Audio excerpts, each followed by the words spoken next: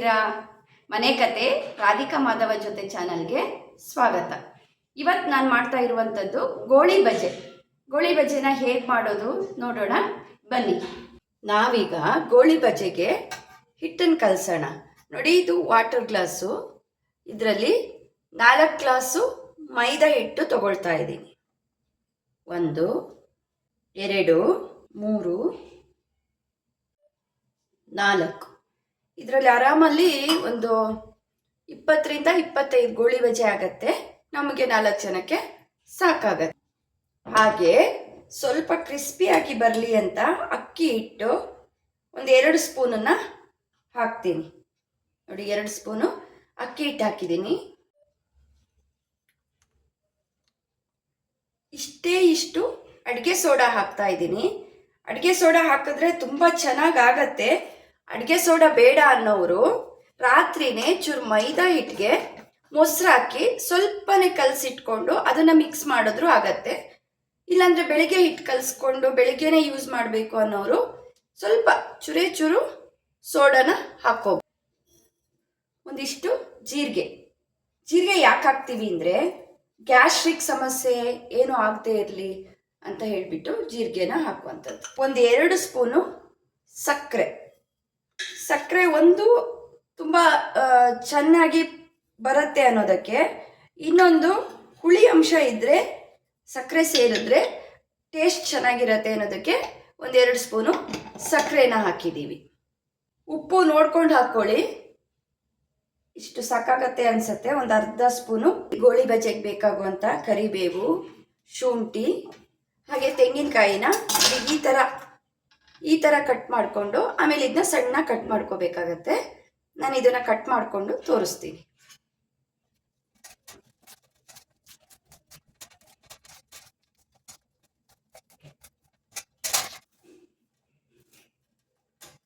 ಈ ಥರ ತುಂಬ ಚಿಕ್ಕದಾಗಿ ಕಟ್ ಮಾಡ್ಕೋಬೇಕಾಗತ್ತೆ. ಕಟ್ ಮಾಡ್ಕೋಬೇಕು. ಇದೇ ಟೈಮಲ್ಲಿ ಹಸಿಮೆಣಸನ್ನು ಹಾಕೋಬೋದು. ಹಸಿಮೆಣಸು ಹಾಕಲ್ಲ, ಯಾಕೆಂದರೆ ಮೌರ್ಯನು ತಿನ್ನೋದ್ರಿಂದ ಅವನು ಹಸಿಮೆಣಸು ಸಿಕ್ಕಿದ್ರೆ ಆಮೇಲೆ ತಿನ್ನೋದೇ ಇಲ್ಲ. ಚೂರು ಖಾರದ ಪುಡಿ ಉಪಯೋಗಿಸ್ತೀನಿ, ಆಮೇಲೆ ತೋರಿಸ್ತೀನಿ ಅದನ್ನು ಕೂಡ. ಈ ಥರ ಶುಂಠಿನೂ ಕೂಡ ತುಂಬ ಚಿಕ್ಕದಾಗಿ ಕಟ್ ಮಾಡ್ಕೊಂಡಿದ್ದೀವಿ. ಕೂಡ ಈ ಥರ ಕಾಯಿನ ಹೆಚ್ಕೊಂಡು ಫಸ್ಟು ಕತ್ತಿಯಲ್ಲಿ ತೆಕ್ಕೊಂಡು ಆಮೇಲೆ ಈ ಥರ ಚಿಕ್ಕದಾಗಿ ಹೆಚ್ಕೋಬೇಕು. ಈಗ ಇದಕ್ಕೆ ಹೆಚ್ಕೊಂಡಿರೋ ಕಾಯಿ, ಶುಂಠಿ ಹಾಗೆ ಕರಿಬೇವು ಈ 3 ಸೇರಿಸ್ಕೊಳ್ಳೋಣ. ಇಷ್ಟನ್ನು ಹೀಗೆ ಮಿಕ್ಸ್ ಮಾಡಿಕೊಂಡು ಎಲ್ಲ ಹಿಟ್ಟು ಕಲಸೋ ಹಾಗೆ, ಬೋಂಡದ ಹಿಟ್ಟು ಸ್ವಲ್ಪ ಚಪಾತಿ ಹಿಟ್ಟಿಗಿಂತ ಚೂರು ಜಾಸ್ತಿ ತೆಳುವಾಗಿ ಕಲಿಸ್ಕೊಂಡ್ರೆ ಆಯಿತು. ಹಾಗಾಗಿ ಮೊಸರನ್ನ ನೋಡಿ, ಮೊಸರು ಸ್ವಲ್ಪ ಹುಳಿ ಮೊಸರೇ ಬೇಕು. ಮೊಸರನ್ನ ನೋಡಿ ಆ್ಯಡ್ ಮಾಡ್ತಾ ಹೋಗೋಣ. ನೋಡಿ, ಈ ಥರ ಇದೆಲ್ಲ ಮಿಕ್ಸ್ ಆದಮೇಲೆ ಈ ಥರ ಮೊಸರು 1 ಕಪ್ ತೊಗೊಂಡಿದ್ದೀನಿ. ಇವಾಗ ಗಟ್ಟಿ ಮೊಸರು, ಸ್ವಲ್ಪ ಹುಳಿನೇ ಇರಲಿ.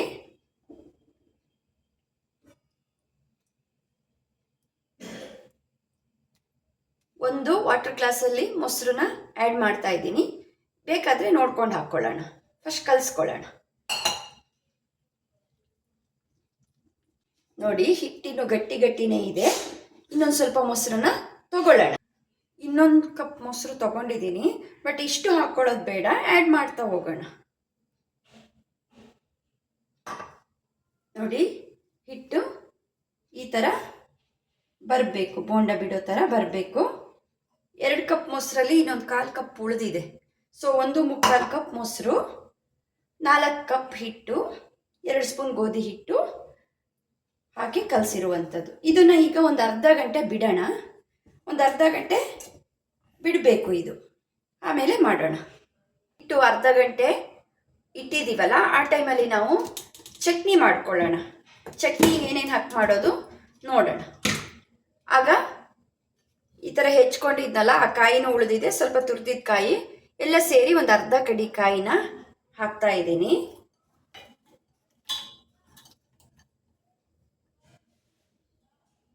ನಾನು ಗೋಳಿ ಬಜೆ ಮಾಡೋದಕ್ಕೆ ಏನೂ ಖಾರ ಹಾಕಿಲ್ಲ. ಸೊ ಹಾಗಾಗಿ ಚಟ್ನಿಗೆ 2 ಮೆಣಸಿನಕಾಯಿಗಳನ್ನು ಹಾಕ್ತಾ ಇದ್ದೀನಿ. ಇಷ್ಟು ಕೊತ್ತಂಬರಿ ಸೊಪ್ಪುಗಳನ್ನು ಹಾಕ್ತಾ ಇದ್ದೀನಿ.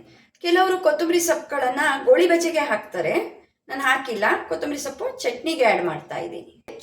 ಚೂರು ಹುಣಸೆ ಹುಳಿ ಯಾಕೆ ಕಮ್ಮಿ ಹಾಕ್ತಾ ಇದ್ದೀನಿ ಅಂದರೆ, ಗೋಳಿ ಬಜೆ ನಾವು ಮೊಸರು ಹಾಕಿ ಕಲಸಿರೋದ್ರಿಂದ ಸ್ವಲ್ಪ ಹುಳಿ ಅಂಶ ಇರಬಹುದು, ಇದೇನೂ ಇರ್ಬೋದು. ಸಕ್ಕರೆ ಹಾಕಿದ್ದೀವಿ, ಅದ್ರ ಚಟ್ನಿಗೆ ಹುಳಿ ಕಮ್ಮಿ ಹಾಕು. ಹಾಗೆ ಚಟ್ನಿಗೆ ಎಷ್ಟು ಬೇಕಾಗುತ್ತೋ ಅಷ್ಟು ಉಪ್ಪು.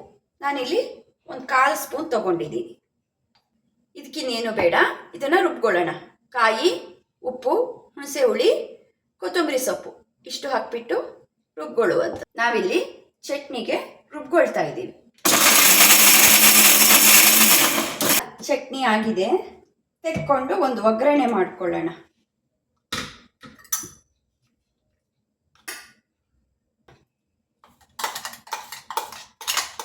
ನೋಡಿ ಚಟ್ನಿ ಯಾವ ಹದಕ್ಕೆ ಬೇಕೋ ಆ ಹದಕ್ಕೆ. ನನಗೇನೋ ಇನ್ನೊಂಚೂರು ನೀರು ಬೇಕು ಅನ್ನಿಸ್ತಾ ಇದೆ. ರೆಡಿಯಾಗಿದೆ.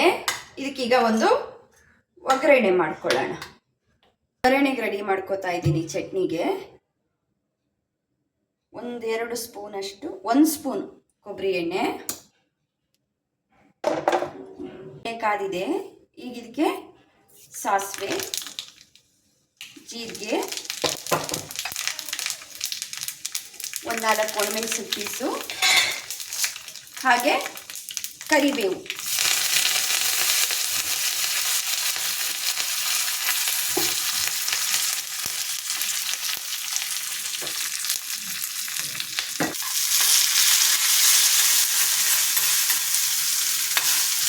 ಸೊ ಗೋಳಿ ಬಜೆಗೆ ಚಟ್ನಿ ರೆಡಿ ಆಯಿತು. ಎಣ್ಣೆ ಕಾದಿದೆ, ಈಗ ಬೋಂಡಗಳನ್ನು ಬಿಡೋಣ. ಏನಂದರೆ ಎಣ್ಣೆ ಸ್ವಲ್ಪ ಕಮ್ಮಿನೇ ಕಾದಿರಬೇಕು, ಯಾಕೆಂದರೆ ತುಂಬ ಕಾದಿದ್ರೆ ಬೋಂಡ ಹೊರಗಡೆ ಕಪ್ಪಾಗತ್ತೆ, ಒಳಗಡೆ ಹಸಿ ಹಾಗೇ ಇರುತ್ತೆ. ಎಣ್ಣೆ ಒಂದು ಹದವಾಗಿ ಕಾದ ತಕ್ಷಣ ಬೋಂಡಗಳನ್ನು ಬಿಟ್ಕೋಬೇಕು. ನೋಡಿ, ಹಿಟ್ಟು ಈ ತಿಕ್ನೆಸ್ಸಲ್ಲಿದೆ.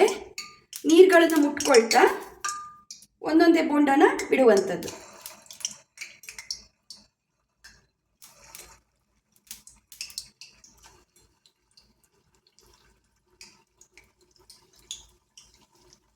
ಏನಂದರೆ ಕೆಲವರು ಮೈದಾ ಸ್ವಲ್ಪ ಸೋಡಾ ಹಾಕಿದ್ದೀನಿ ಅಂತ ಯೋಚನೆ ಮಾಡ್ಬೋದು.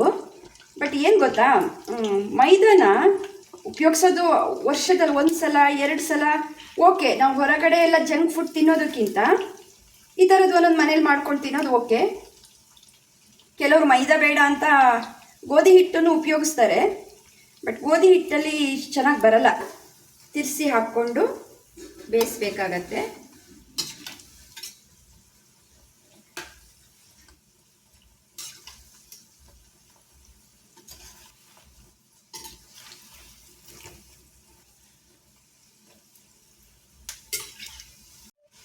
ನಾನು ಮೊದಲೇ ಹೇಳಿದೆ, ಮೈದಾ ಹಿಟ್ಟಿಗೆ ಗೋಳಿ ಬಜೆ ಮಾಡುವಾಗ ಸೋಡಾ ಬೇಡ ಅನ್ನೋರು, ಹಾಗೆ ಒಂದು ಸ್ವಲ್ಪ ಬೇಗನೆ ಮಾಡಬೇಕು ಅನ್ನೋರು ರಾತ್ರಿ ಸ್ವಲ್ಪ ಅಥವಾ ಒಂದು 4-5 ಗಂಟೆ ಮೊದಲು ಸ್ವಲ್ಪ ಮೈದಾ ಹಿಟ್ಟಿಗೆ ಮೊಸರು ಕಲಸಿ ಇಟ್ಕೋಬೇಕು ಸ್ವಲ್ಪಕ್ಕೆ. ಅದನ್ನು ಈ ಹಿಟ್ಟು ಜೊತೆ ಮಿಕ್ಸ್ ಮಾಡಿಕೊಂಡ್ರೆ ಚೆನ್ನಾಗಿ ಬರುತ್ತೆ. ಸೋಡಾ ಹಾಕೋ ಅವಶ್ಯಕತೆ ಇರಲ್ಲ. ಇದೀಗಾಗಿದೆ, ತೆಗಿಯೋಣ. ನೋಡಿ, ಈ ಬಣ್ಣ ಬಂದ ಮೇಲೆ ತೆಕ್ಕೊಳ್ಳುವಂಥದ್ದು.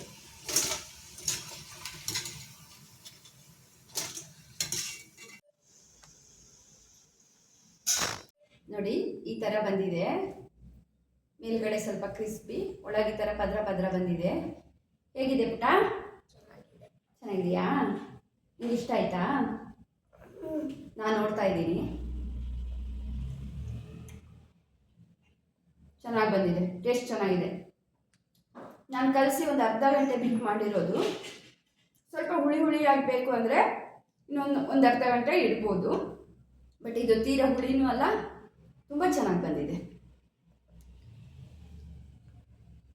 ಇವತ್ತು ನಾನು ಮಾಡಿದಂಥ ಗೋಳಿ ಬಜೆ ಹಾಗೆ ಮೊದಲು ಹಾಕಿದಂಥ ವಿಡಿಯೋಗಳೆಲ್ಲ ಇಷ್ಟ ಆದಲ್ಲಿ, ಸಬ್ಸ್ಕ್ರೈಬ್ ಮಾಡದೆ ನೋಡ್ತಾ ಇದ್ದಲ್ಲಿ ಸಬ್ಸ್ಕ್ರೈಬ್ ಮಾಡಿ ನೋಡಿ, ಹಾಗೆ ಲೈಕ್ ಮಾಡಿ, ಕಮೆಂಟ್ ಮಾಡಿ. Thank you.